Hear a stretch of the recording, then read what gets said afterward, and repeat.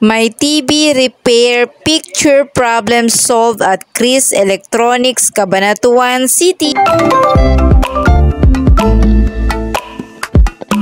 Hello friendly people! For today's video, samahan niyo ko. Nag-drop by ako dito sa Chris Electronics Shop kung saan ipapa-repair ko po yung akin pong TV. So, andito nga pala ako sa harap ng shop nila. Malapit po sila sa may Plaza Lucero at dito sa may Bangko Central.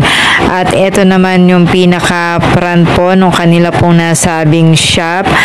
Dito nga pala ay ito yung mga ilan sa mga ginagawa po nilang mga TV. Meron tayong makikita dito yung mga some of mga electronic parts. Mga TV, may mga remote, iba't ibang klaseng mga remote at saka yung mga ilang pyesa ng mga ayan, pinapasok na ako. Ito yung TV na pinagawa ko at minano ko pa sa aking tita. Kuya Chris, ito yung first step na ginagawa niya. So, yan. Bale, Kuya Chris, ano po yung problem po nung aking TV? So, yan, inopen na niya. Ito ay 14 inches TV kung saan ito ay minano ko sa aking tita. By the way nga pala, ang kanilang shop po ay located dito sa Barangay Matadero. Shout out po sa lahat po ng taga Barangay Matadero, Cabanatuan. So, ito, medyo may edad na tong TV na to eh. Yan, years na. Bali, ang problema po nung TV nyo is standby power. Wala siyang so, standby power daw ang naging problem. Ito yung board.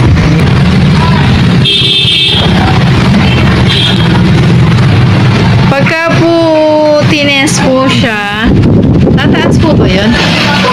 Kailangan tumaas po. Depende po kasi sa parts na itetest natin. Sige sir. Kasi lahat ng parts may mga value yan na dapat accurate siya sa tester. Opo. Para malaman natin kung goods or bad yung mga parts. Opo. Bali usually po pagka po ganyang klaseng TV, ano po ba madalas na nasisira mo sa pyesa niya? Depende po kung walang power, walang picture, ganyan, walang sound. Opo. Bali, sa case po ng TV ko, ano po yung naging problema po niya? Bali, dito sa case ng TV nyo, ang problema niya, kaya naka-standby lang siya. Hindi siya... Ayaw pong mag-picture. Kaya, kung tawagin sa term ng electronics sa mga CRT TV is oscillation. So, TV. Opo. Wala siyang oscillation. As per sa unang technician na tumingin, yung pinagdala niyo, ito yung sinasabi niya na sira. Itong parts na to. Okay, yan po niya. Ito yung memory na sinatawag. Opo. Pero based sa pag-check ko ng TV, hindi naman yan yung Memory ang yung problema. actual na sira niya. Opo. So, ano po talaga yung pinaka... ano pong gawin dito yung problema po? Ang natitiko ko siyang sira ay dito sa power supply section. So, possible itong dalawang pyesa na to. Opo. Ayan, yun yung tinatawag na capacitor, electrolytic capacitor. Opo. So, yan. Try natin palitan. Opo. So, ito try ni Sir Marius na palitan yung pinaka-problem. So, itong TV na to, maliit lang siya. Actually, may sentimental value kasi itong TV na to. So, usually po, yung ganyan po, di ba magagawa po siya. It takes 4 years naman po bago maulit magkaroon ng problema. O depende sa gumagamit. Depende rin kasi sa paggamit or depende rin sa mga parts ng TV. Kasi yung TV nito, medyo matagal na rin, may edad na rin. Opo. So, Ano po ba yung kadalasan na nagiging cause? Ba't po yun nasisira? siguro sa lifespan na rin ng TV talaga may mga parts na Pero hindi naman po siya sometimes nagpo-cause ng overheat. Hindi naman. Hindi naman siguro. Hindi talagang naman. sa lifespan lang ng parts. Try ni Sir na palitan yung Kukuha lang tayo ng parts. parts na yun. Ayan. So, ito yung pinaka-loob nung... ito yung tinatawag na board. Ayan. So, meron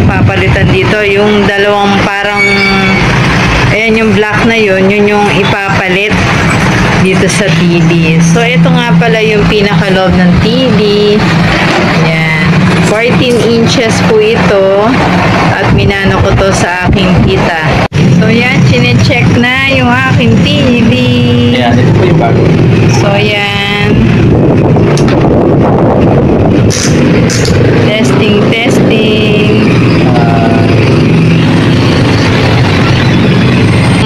Ipapalit din. Yan. Ano po yung ginagawa nyo na yan? Nire-solder natin yung mga pins nung parts para mag-connect siya sa board. Opo. Ano po yung ginagamit nyo na ano na yan? Panghinang? Ito ay soldering gun. Yun, soldering gun. Parang ano po, pang connector, ganon? Siya po yung maglulusaw sa lead. Siya ganon pala. Yan, yung parts na ginawa. Ayan! So, kailangan. Gawin natin yung sobrang Yan, pinutol na yung extra na, ano po yung tawag doon? yung pinaka works kasi sobra siya. So yan, testing na. Testing na ni Kuya Chris. So yan, yan si Kuya Chris. Yun nga po palang kanilang shop ay located po dito sa may Matadero po ito na Matadero, Cabanatuan, kung saan malapit ito sa may simbahan dito sa Katedral, sa may Plaza Lucero. So, anong oras po kayo open, Kuya Chris? 8 a.m. to 5:30 p.m. Opo, 8 a.m. to 5:30 p.m. to Saturday. Kung halimbawa po, may magpapagawa po sa inyo ng mga rice cooker, mga ganon. Ginagawa nyo din po yan. Basta mga appliances na sinasaksak natin sa kuryente. Ano yung aking nag-check na namin yung TV. Kanina kasi naka-white siya. So, yan. So, yan. Tatry doon ni Kuya Chris. Lalagyan po ng signal ni Kuya Chris. Ang kanyang gagamitin ay TV Plus. Yan. So, ganito nga pala yung pagsaksak ng TV Plus. Kailangan merong merong red at saka white. Tapos yung yellow po, para saan yan? Yun yung sa actually yun yung sa video. Sa video. Sa video nung Ayan! Yeah. Ayan! May picture na. Lumabas na. Magaan ang pagbubo ko. Dito, mas nakakahinga na po ako. At dito, nababawasan So, po yan yung time na i-close na po ni Kuya Chris at okay na yung TV. Ano ng solusyon sa isa na naman po nating problem? So, ito, check muna natin yung TV natin. So, ito yung power. Pindutin natin. Parang hindi yan na. Ayan, ako po na. Tapos, dito ko sasaksak yung USB board para sa TV Plus. So, yan na. So, dito try natin. Ito yung channel 5 na po. Tapos, meron siya. Ito yung may iba ng channel. Parang isa lang yata yung channel ko. Since naka-TV Plus po kayo, kailangan naka-AB2 siya. Ay, paano po yan? Pindutin niya. Ito. Yeah. Ayan, may picture na at napakalinaw pa. Si Kuya Chris, yung isa sa mga technician. Ito naman si... Ayan, si Kuya Aldre. Ang specialty naman po niya ay mga TV din po, ano. Ayan. So, yan. Ito, si Kuya Maris, nakasama ko na yan. Yan siya, magaling din to sa TV din. Tapos, siya rin yung nag-ano nung remote control ko. Siya yung isa sa mga technician. Si Mr. Jones, yan. Isa po siya sa mga technician din po dito sa shop po ng, ano ka pa, Chris Electronics. Yan. So, sa pinaka-branch, ay makikita mo. So, yan yung kanila pong Chris Electronics Shop. Sa mga gustong magpagawa po ng mga appliances nila, mostly sa mga LED TV. Yan po yung mga specialty namin. Pwede rin po kayong magpagawa kahit anong appliances. Kami din po ay authorized service center ng Concert, Pioneer, Xenon. Buong Nueva po kami. Basta lahat po ng klase ng flat screen TV. Any brand siya. Any brand. Ayan. Hanapin nyo lang po dito si Kuya Chris. Dito lang po sila sa may tapat ng Plaza Lucero, Cabanatuan City.